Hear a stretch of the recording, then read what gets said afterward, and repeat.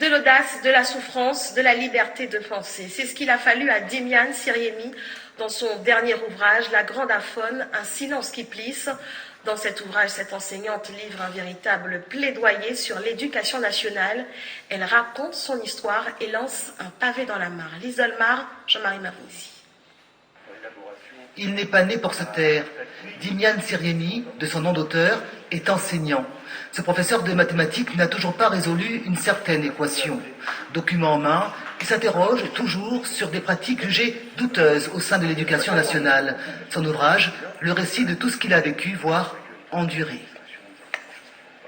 C'est vrai que je voulais mettre un grand coup de pied dans la fourmilière, ça c'est sûr. Et ça a été réussi? J'en sais rien.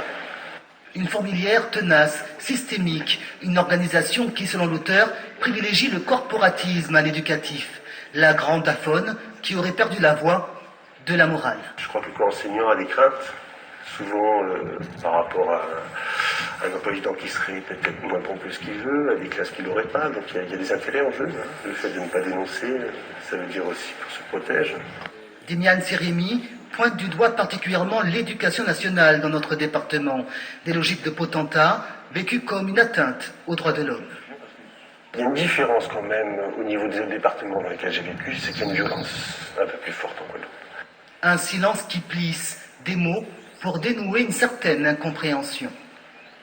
Jusqu'à en mourir, je ne sais pas, parce que c'est vrai que ça m'a traversé l'esprit, de me dire à un moment donné, il n'y a que l'acte, une solution radicale qui fera que peut-être certains s'interrogeront sur ce qui s'est passé.